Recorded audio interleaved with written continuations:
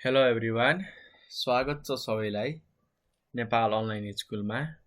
र आजको हाम्रो टपिक रहेको छ टाइप्स अफ अपरेटिङ सिस्टम। अर्थात् आज हामीले के कुरा जान्नेछौँ कि अपरेटिङ सिस्टमको टाइपहरू हाम्रो कतिवटा छन् त। त्यति मात्र होइन है, हामीले अपरेटिङ सिस्टमलाई डिफ्रेन्ट तरिकाले चाहिँ डिभाइड गर्न सक्छौँ। जस्तो हाम्रो प्रोसेसिङको बेसमा, युजरको बेसमा, हाम्रो इन्टरफेसको बेसमा, यस्तो हाम्रो 3-4वटा तरिका छन् क्या, हैन। 3-4वटा हाम्रो रुल छन्। त्यसअनुसार हामीले अपरेटिङ सिस्टमलाई फरक तरिकामा डिभाइड गर्न सक्छौँ। र म तपाईहरुलाई सबै कुराहरू सिकाउँछु है, त्यो कुरामा नआत्तिनु होला। र यदि कुनै पनि पार्ट छुटेको जस्तो लाग्छ, केही नबुझेको जस्तो भएमा चाहिँ प्लिज भिडियो पज गरेर तुरुन्तै हामीलाई कमेन्ट गर्नु होला है। ल, टाइप्स अफ अपरेटिङ सिस्टम हाम्रो ब्याच, मल्टिटास्किङ, मल्टिप्रोसेसिङ र रियल टाइम अपरेटिङ सिस्टम छन्। तर यी जति पनि हाम्रो यो अपरेटिङ सिस्टमको टाइप हुन्, सबै हाम्रो बेसिस अफ हाम्रो प्रोसेसिङको, अर्थात् प्रोसेसिङको बेसमा हाम्रो यो अपरेटिङ सिस्टमलाई डिभाइड गरिएको हो क्या। अर्थात् सबै कम्प्युटरले हाम्रो कुन तरिकाले प्रोसेसिङ गर्छ, कामहरू गर्छन् त, त्यो कामको आधारमा हाम्रो डिभाइड गरिएको छ। जुन यो 4वटालाई लेख्न सक्नुहुन्छ है, लेखिहाल्नु होला, ढिला एकदम नगर्नु है, एकदम हामीले जरुरी कुरा हो। सुरुमा चाहिँ हाम्रो batch operating system, simple batch system पनि भन्छन्, र यसैले हाम्रो अर्को ल्याङ्ग्वेजमा ब्याच अपरेटिङ सिस्टम पनि भनिरहेको हुन्छन्। कन्फ्युज हुनुपर्ने केही पनि कुरा छैन। अब यहाँ हेर्नु होला, अपरेटिङ सिस्टम भनेको त सफ्टवेयर हो जसले हार्डवेयरलाई कन्ट्रोल गर्छ भन्ने कुरा बुझिसक्नु भएको छ। तर कुन तरिकाले गर्छ त? यसले ब्याच बनाएर गर्छ क्या। ब्याच भनेको ग्रुप हो है। जस्तो तपाईहरुले भन्नुहुन्छ नि, म 2076, 77, 78 को ग्रुप हो हैन, अब ब्याच हो भन्नुहुन्छ। त्यो ब्याचले के जनाउँछ त? एकजनालाई होइन क्या, एक भन्दा बढी जनालाई जनाउँछ वा ग्रुप। त्यसैगरी हाम्रो ब्याच अपरेटिङ सिस्टममा नि के हुन्छ त? एकचोटीमा एउटा काम गरिदैन क्या। जस्तो हाम्रो जब 1, जब 2, जब 3 मानौँ 1000वटा छ हो, त्यो 1000वटा काम गर भनेर हामीले अपरेटिङ सिस्टमलाई भन्छौँ क्या। अर्थात् सफ्टवेयरबाट चाहिँ यति कामहरू गर्नु छ भनेर भन्छौँ। त्यसपछि अपरेटिङ सिस्टमले के गर्छ त? जति पनि हाम्रो जबहरू सिमिलर छन् नि हैन, जति हाम्रो जबहरूको नेचरहरू मिलिरहेछ, त्यो सबैलाई एउटा ग्रुप बनाएर ब्याच बनाउँछन्।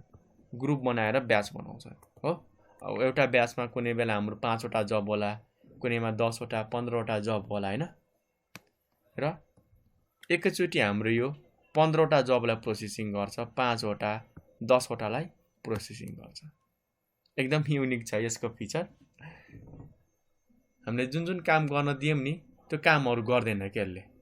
पहिला त सबै हाम्रो जबहरूलाई कलेक्ट गर्छ एक ठाउँमा, जम्मा पारेर हेर्छ कि ए यिनीहरूको नेचर मिलिरहेछ, ल एउटा ग्रुप बनाए। अरूहरूको नेचर मिलिरहेछ, एउटा ग्रुप बनाए। यसरी हाम्रो ग्रुपलाई प्रोसेसिङ गर्छ। यस्तो टाइपको सफ्टवेयरलाई हामी अपरेटिङ सिस्टमलाई के भन्दछौँ? Simple batch operating system. जस्तो हाम्रो पेरोल भयो हैन, ब्याङ्कका स्टेटमेन्टहरू, यस्तो केसमा हाम्रो यो सिम्पल ब्याच सिस्टम राखिएको हुन्छ। नेक्स्ट हाम्रो टाइम सेयरिङ ओएस पनि भन्न सकिन्छ वा मल्टिटास्किङ। कुरो एउटै हो। मल्टिटास्किङ भनेको एकचोटीमा मल्टिटास्किङ भनेको चाहिँ एक भन्दा बढी काम गर्न सक्ने हो क्या। टाइम सेयरिङ भनेको त्यही हो। अर्थात् फरक कामको लागि फरक टाइमहरू दिएर काम गराउनु त हो नि। त्यसमा पनि त हाम्रो मल्टिपल काम हुँदैछ। ल, हाम्रो time sharing operating system. Time हाम्रो माथि छ है, नझुकिने होला, लेख्दा एकदमै बेस्ट। अब हेर्नु होला है, यहाँ चाहिँ थोरै हाम्रो फरक हुन जान्छ। अब हामीले के गर्छौँ त? अपरेटिङ सिस्टमलाई धेरै कामहरू दिन्छौँ कि, ल वर्डको काम गर, इमेलको, ब्राउजरको, इन्टरनेटको, भिडियोको, अडियोको, कपी पेस्ट हैन, धेरै कामहरू दिन्छौँ। तर हाम्रो कम्प्युटरमा त एउटा मात्र सिपियु हुन्छ, र एउटा सिपियुले एकचोटीमा एउटा काम गर्न सक्छ हो। अब एउटा मात्र काम गर्ने भएको कारणले उसले के गर्छ त 10 वटा काम आएको छ भनेदेखि 10 वटा कामलाई चाहिँ पालोहरू मिलाउँछ क्या, अर्थात् टाइम दिन्छ। ल म चाहिँ यसलाई 5 सेकेन्ड दिन्छु, ठिक छ, यसलाई म 10 सेकेन्ड दिन्छु, यसलाई 3 सेकेन्ड। जस्ट इमेजिन है, यति नै दिनुपर्छ भन्ने छैन, उसले आफै मिलाएर दिन्छ। अर्थात् उसले के गरिरहेछ त टाइमहरू सेयर गरिरहेछ कि ल यो वर्डको प्रोसेसलाई वा सफ्टवेयरलाई म 5 सेकेन्ड दिन्छु, ल यसले आफ्नो टाइमसम्म काम गर्छ, बाहिर जान्छ।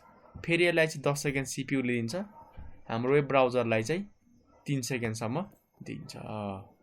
यसरी के हुन्छ त हाम्रो टाइम सेयर गरिराख्छ क्या हैन। र टाइम सेयर गरेर चाहिँ मल्टिपल कामहरू गरिरहेको हुन्छ। फेरि कतिले सोच्छन् कि एकैचोटिमा 5 वटा काम भयो, 10 वटा भयो, त्यस्तो होइन है। हाम्रो यसले चाहिँ टाइम डिभाइड गरेर चाहिँ कामहरू गरिरहेको हुन्छ, जसलाई हामी टाइम सेयरिङ भनिरहेको हुन्छौँ है। र अर्को जान्नुपर्ने कुरा के छ त, यदि सिङ्गल युजरमा टाइम सेयरिङ भइरहेछ भनेदेखि सिङ्गल युजर मल्टिटास्किङ, जस्तो मानव हाम्रो एउटै युजरले एउटा मान्छेले चलाइरहेछ र 3टा 4वटा 5वटा 10वटा जतिवटा काम दियोस्, त्यस्तो केसमा सिङ्गल युजर मल्टिटास्किङ।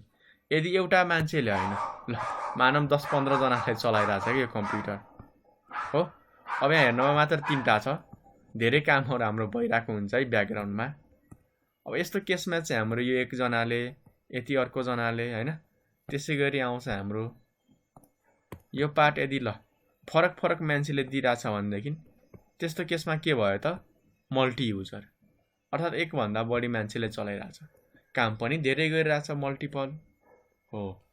त्यस्तो टाइपको सफ्टवेयरलाई हामी मल्टी युजर मल्टिटास्किङ। यदि एउटा मान्छेले चलाइरहेछ भनेदेखि सिङ्गल युजर सिङ्गल टास्किङ। त्यति त हो नि, त्योभन्दा एक्स्ट्रा केही पनि छैन। नेक्स्ट आउँछ हाम्रो मल्टी प्रोसेसिङ अपरेटिङ सिस्टम। एकदमै सजिलो छ है मल्टी प्रोसेसिङ, केही गाह्रो छैन। प्रोसेसिङ भनेको काम, मल्टी भनेको एकभन्दा बढी।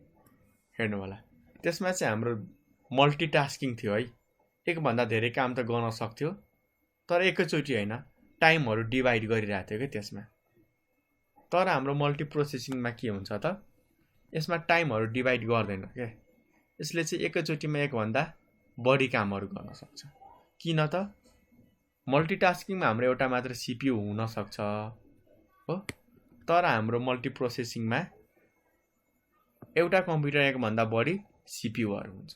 अब यसमा के हुने भयो त 5वटा काम आएको छ भनेदेखि एकचोटिमा एउटा मात्र होइन 2टा काम हुन्छ, किनकि सिपियुको हाम्रो 2टा कोर छ, कुनैमा हाम्रो 4वटा कोर हुन्छ हैन। जस्तो मेरो 8वटा कोर छ, म देखाउँछु तपाईहरुलाई। सिम्पली टास्क म्यानेजर सर्च गर्नु होला है हो, वा शिफ्ट कन्ट्रोल स्केप थिच्दा पनि हुन्छ, तल टास्क बारमा आएर टास्क म्यानेजर ओपन गर्दा पनि हुन्छ, ठीक छ। यहाँ परफर्मेन्समा आउनु होला, सिपियु कति छ त 1 2 3 4 5 6 7 8। मेरो एउटा कम्प्युटरले एकचोटिमा 8वटा कामहरू गर्न सक्छ क्या हो। यहाँ हाम्रो 2टा मात्र रहेछ कोर, यसले चाहिँ हाम्रो एकचोटिमा 2टा काम गर्न सक्छ, अर्थात् मल्टी प्रोसेसिङ भइरहेछ नि त, एकचोटिमा एकभन्दा बढी प्रोसेस भइरहेछ। तर माथिको केसमा 10वटा आओस् कि 15वटा आओस्, एकचोटिमा एउटा मात्र हुन्छ। अब यहाँनिर एकचोटिमा एउटा हुन्छ, 2टा आए 2टा, 10वटा आए पनि 2टा हुन्छ, ठीक छ।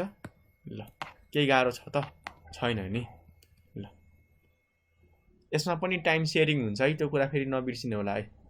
यसलाई 2 सेकेन्ड देला, यसलाई 5 सेकेन्ड देला, यसलाई 3 सेकेन्ड देला, यसलाई 1 सेकेन्ड देला हो। टाइम चाहिँ सेयरिङ सबैमा भइरहेको हुन्छ। नेक्स्ट चाहिँ हाम्रो रियल टाइम सिस्टम, जुन चाहिँ हाम्रो सबैभन्दा सजिलो हो है।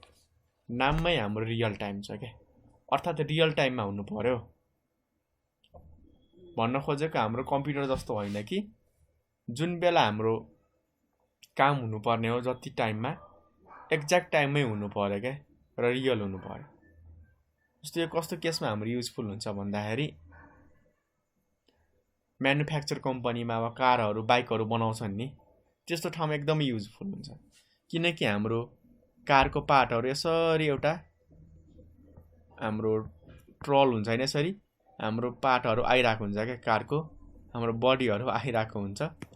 ठिक छ, ल मैले बाइककै बनाएँ मानौँ न हो, बाइकको चक्काहरू यहाँनिर इन्जिन छ हैन, मैले ह्यान्डल बनाइदिएँ हो। अब के हुन्छ त दुवै साइडतिरबाट आएर केही कुराहरू हाम्रो राखिन्छ क्या। अर्थात् मानौँ हाम्रो यो कारै थियो क्या हो, कार बनाउने कम्पनी छ, यसमा हाम्रो रियल टाइम अपरेटिङ सिस्टम चाहिन्छ, किनकि ठ्याक्कै टाइमिङ फिक्स हुन्छ कि यिनीहरूको, ल यति सेकेन्डमा चाहिँ आइपुग्छ, अर्को हाम्रो यति सेकेन्डमा आइपुग्छ। त्यस्तो केसमा ठ्याक्क हाम्रो यहाँनिर कार आएकै बेला ढोका गएर लाग्नु पऱ्यो क्या, थोरै पनि दायाँ बायाँ भएमा हाम्रो पुरै गाडीहरू बिग्रिन सक्छ। अब हाम्रो कोका-कोला बनाउने कम्पनीहरूमा के हुन्छ त, कोकहरू यसरी हाम्रो आइरहेको हुन्छ नि त, अब बिर्को लाउनु पर्ने थियो 1 सेकेन्ड ढिला भयो, के हुन्छ त हाम्रो त सबै कोकको बोतलहरू पोखिएर जान्छ नि त, 1 सेकेन्ड पनि तलमाथि भएमा हो। त्यस्तो ठाउँमा हाम्रो एकदम सोचेकै बेला काम होस्, टाइममै काम होस्, त्यस्तो ठाउँमा हाम्रो real time operating system use हुन्छ। त्यति मात्र होइन, हाम्रो मिसाइल सिस्टम, डिफेन्सहरूमा, ट्राफिक कन्ट्रोलमा, रोबोटिक्सहरूमा चाहिँ रियल टाइम युज भइरहेको हुन्छ। अब मिसाइलमा रियल टाइम नै किन युज गरिन्छ त हतियारहरूमा, जस्तो हामीले बोर्डरमा वा कतै मानौँ एउटा के हामीले कन्डिसन राख्थ्यौँ कि ल बोर्डरबाट कोही क्रस गर्न खोज्यो भनेदेखि, अब बोर्डरको कोही नजिक आएर हाम्रो भित्र छिर्न खोज्यो भनेदेखि आफै मिसाइल गएर चाहिँ हमला होस् हो। त्यस्तो हाम्रो क्यामेराहरू र सेन्सरहरूको सेटिङ मिलायौँ। तर के भइदियो भन्दाखेरि ल मान्छे पनि छिर्यो रे, हाम्रो कम्प्युटरले मिसाइलले पत्ता पनि लाग्यो कि ल मान्छे छिर्यो, तर मान्छे छिरेर यहाँ यता हाम्रो 10 किलोमिटर 15 किलोमिटर टाढा गइसकेपछि मिसाइल हमला गरेर के हुन्छ त, हुँदैन नि। मान्छे त छिरिसक्यो, सबै भागिसक्यो, केही फाइदा छ त छैन नि, काम टाइममै हुनु पऱ्यो क्या। त्यस्तोलाई हामी रियल टाइम सिस्टम भन्छौँ। र यसमा पनि हाम्रो दुईवटा अप्सनहरू दिएको छ, एउटा हार्ड, अर्को हाम्रो soft real time operating system दिएको छ। हार्ड भनेको चाहिँ हाम्रो टाइमको एकछिन पनि ढिला हुनु हुँदैन। त्यसै गरी हाम्रो सफ्ट रियल टाइम सिस्टम भनेको चाहिँ ढिला भए पनि केही फरक त पर्दैन, तर इफिसियन्सी चाहिँ घटेको मानिन्छ। जस्तो हाम्रो लाइभमा हामीले फुटबलहरू हेर्छौँ होइन, लाइभमा हामी गेमहरू खेल्छौँ, त्यो चाहिँ हाम्रो सफ्ट भयो, केही ढिला भएमा हामीलाई खासै केही मतलब हुँदैन। तर हार्ड भनेको जुन हाम्रो म्यानुफ्याक्चर कम्पनी भयो, रोबोट बनाउने, ट्राफिक कन्ट्रोल, मिसाइलहरू, त्यस्तोमा हाम्रो हार्ड हुनु पऱ्यो क्या, 1 सेकेन्ड पनि ढिला हुनु भएन। नेक्स्ट चाहिँ हाम्रो classification of computer based on mode of user हो। अर्थात् हाम्रो कतिजनाले कम्प्युटर चलाउन सकिन्छ त, त्यसको बेसिसमा हामीले अपरेटिङ सिस्टमलाई डिभाइड गर्न सक्छौँ। एउटा सिङ्गल युजर, अर्को मल्टी युजर। के गाह्रो छ, छैन नि, नामै पढिसकेपछि है पुग्न सक्छ। सिङ्गल युजर भनेको चाहिँ यस्तो अपरेटिङ सिस्टम, यस्तो सफ्टवेयर, यदि त्यसलाई एकचोटिमा एकजनाले मात्र चलाउन सक्छ भनेदेखि त्यो चाहिँ हाम्रो सिङ्गल युजर भयो। मल्टी युजर भनेको चाहिँ सफ्टवेयर एउटै छ, तर त्यसको मद्दतले चाहिँ हाम्रो एकचोटिमा एकभन्दा बढी मान्छेले चाहिँ चलाउन सक्छ, वा यस्तो सफ्टवेयर जसको मद्दतले कम्प्युटरलाई एकचोटिमा एकभन्दा बढी मान्छेले चलाउन सक्छ भनेदेखि त्यसैलाई हामी मल्टी युजर भन्छौँ। केही गाह्रो छँदै छैन नि, ठिक छ। यो हाम्रो सिङ्गल युजर भयो, जसमा चाहिँ हाम्रो एकचोटिमा एउटा मान्छेले चलाइरहेछ, अब उसले एकचोटिमा एउटा काम गर्न सक्छ वा एकचोटिमा एकभन्दा बढी कामहरू पनि दिन सक्छ हो। मल्टी युजरमा हाम्रो बिचमा कम्प्युटर हुन्छ, यहाँ हाम्रो सफ्टवेयर राखिन्छ र यो सफ्टवेयरको मद्दतले चाहिँ टाढा टाढाबाट मान्छेहरूले नेटवर्कबाट, इन्टरनेटबाट कनेक्ट भएर चाहिँ चलाइरहेको हुन्छ हो। 15, 20, 100, 1000 धेरैजनाले चलाइरहेको हुन्छ हो। यस्तो टाइपको फिचर प्रोभाइड गर्ने अपरेटिङ सिस्टमलाई हामी मल्टी युजर अपरेटिङ सिस्टम भन्छौँ। नेक्स्ट आउँछ हाम्रो युजर इन्टरफेस। अर्थात् युजर इन्टरफेसको आधारमा पनि हामीले अपरेटिङ सिस्टमलाई डिभाइड गर्न सक्छौँ। र युजर इन्टरफेस भनेको कुनै गाह्रो कुरा होइन है। पहिला हामी युजर इन्टरफेस भनेको के हो त्यो कुरा बुझिहालौँ, अनि केही एक्स्ट्रा कुराहरू पनि जान्नेछौँ। यहाँ हेर्नु होला, युजर भन्ने बित्तिकै कम्प्युटर युज गर्ने मान्छे क्या अर्थात् हामी हो। अर्को चाहिँ इन्टरफेस। इन्टरफेस भनेको हाम्रो चलाउनको लागि, कम्प्युटर चलाउनको लागि युज गरिएको एउटा हाम्रो GUI भनौँ न, वा हाम्रो ग्राफिक्स हैन। टेक्स्ट पनि हुनसक्छ वा चित्रवाला पनि हुनसक्छ, ठिक छ हो। त्यसैले हामी इन्टरफेस भन्छौँ के। अर्थात् के को मद्दतले कम्प्युटर चलाउने त, त्यसलाई हामी इन्टरफेस भन्छौँ। चलाउने कसले हो त, मान्छेले भयो हैन। र युजर इन्टरफेस भनेको सिम्पल भाषामा भन्दाखेरि चाहिँ कम्प्युटर र मान्छेको बिचमा इन्टरेक्सन हैन, चलाउनको लागि सजिलो होस् भनेर बनाएको सफ्टवेयरलाई हामी युजर इन्टरफेस भन्छौँ। जसमा चाहिँ हामीसँग धेरै कुराको चोइस हुन्छ। टेक्स्ट, लेटरहरूको हैन, ग्राफिक्स भयो, चित्रहरूको, एनिमेसनहरूको, साउन्डहरू राखिएर चाहिँ हामीलाई इन्टरफेसहरू दिएको हुन्छ, जसले चाहिँ हामीलाई कम्प्युटर चलाउन एकदमै सजिलो बनाइरहेको हुन्छ। अब युजर इन्टरफेसको कुरा गर्ने हो भनेदेखि हाम्रो दुई पार्टमा डिभाइड गर्न सकिन्छ है अपरेटिङ सिस्टमलाई। एउटा हाम्रो GUI वा ग्राफिकल युजर इन्टरफेस भएको अपरेटिङ सिस्टम, अर्को हाम्रो कमान्ड लाइन, अर्थात् हाम्रो कमान्ड लाइन इन्टरफेस भएको अपरेटिङ सिस्टम। तपाईँहरूले जति पनि नयाँ अहिले विन्डोज, हाम्रो लिनक्स, एप्पल, एन्ड्रोइड चलाउनुहुन्छ, ती सबै हाम्रो GUI हुने क्या। अर्थात् ती सबैमा हाम्रो के गरिएको छ त, चित्रहरू राखिएको छ क्या हैन। चित्रहरू, आइकनहरू, फोटोहरू राखेर चाहिँ कन्ट्रोल गर्नको लागि, चलाउनको लागि बनाइएको छ। जसमा हामीसँग चाहिँ पोइन्ट र क्लिक गर्ने अप्सनहरू हुन्छ क्या। तपाईँहरूले किबोर्ड नै चलाउनु पर्छ भन्ने छैन। माउसबाट पनि के गर्न सक्नुहुन्छ त, क्लिक गरेर हैन, सिलेक्ट गरेर ड्र्याग एन्ड ड्रप गरेर पनि चलाउन सक्नुहुन्छ, जुन चाहिँ मान्छेहरूलाई एकदमै सजिलो हुन्छ। किनकि यसमा पिक्चर हुन्छ। अब कति मान्छेले त लेखेको कुराहरू बुझ्दैनन् नि त हैन। मानव हाम्रो इङ्ग्लिस कतिजनाले बुझ्दैनन्, चाइनिज हामीले बुझ्दैनौँ, तर त्यहाँ देखाएको चित्रहरूबाट पनि हामीले चलाउन सक्छौँ नि त हो। हाम्रो GUI मा चाहिँ चित्रहरू भएको कारणले चाहिँ एकदमै धेरै सजिलो भइरहेको हुन्छ है चलाउनको लागि। यसमा हाम्रो पिक्चर, भिडियो, एनिमेसन, साउन्ड, ती सबै कुराहरू राखिएको हुन्छ, जसले चाहिँ हाम्रो कम्प्युटर चलाउन हामीलाई एकदमै धेरै हेल्प गरिरहेको हुन्छ क्या। त्यति मात्र होइन, यसले चाहिँ हाम्रो एउटा बेटर कम्युनिकेसन पनि गराउँछ क्या। जस्तो इमेजिन गरौँ न, यहाँनिर चित्र दिएको छ हो, यहाँ थिचेर हामीले के त वेदरको कुराहरू, मौसमका कुराहरू थाहा पाउन सक्छौँ। यहाँ थिचेर हाम्रो म्युजिक भयो हैन। त्यसै गरी हाम्रो यतापट्टि साइडमा हाम्रो यो भिडियोको कुरा भयो, मेलका कुराहरू हैन, हाम्रो यहाँनिर क्यालेन्डरका कुराहरू भयो, ब्राउजर इन्टरनेटका कुरा भयो, न्युजका कुराहरू। त्यसै गरी हाम्रो यहाँ आएर हेर्दाखेरि गेमहरू खेल्न सक्छौँ। कतिपय कुराहरू यहाँ लेखेन भने पनि हामी चित्र हेरेर थाहा पाउन सक्छौँ कि क्यामेराको कुरा भयो। एकदम सजिलो छ नि। हाम्रो एउटा नपढेको मान्छेले हैन, वा जेनरल बेसिक नलेज भएको मान्छेहरूले पनि यी चित्रहरू हेरेर थिचेर पनि चलाउन सक्छन्। यो चाहिँ यसको एकदमै बेस्ट कुरा हो। GUI को सबैभन्दा बेस्ट कुरा भनेको मान्छेले कम्प्युटर चलाउन एकदमै सजिलो बनाइदिन्छ। र कम्प्युटरमा हाम्रो GUI भएको कारणले नै धेरै बिकेको है। सुरुमा हाम्रो GUI को वा अपरेटिङ सिस्टमको कन्सेप्ट थिएन है सेकेन्ड जेनेरेसनसम्म। त्यसकारण कम्प्युटरहरू धेरै बिक्री भएको थिएन। जब GUI आयो र कम्प्युटरले हाम्रो मल्टिटास्किङ, एकभन्दा बढीहरू कामहरू गर्न थाल्यो, त्यसपछि कम्प्युटरको हाम्रो सेलिङहरू एकदमै बढेको छ है।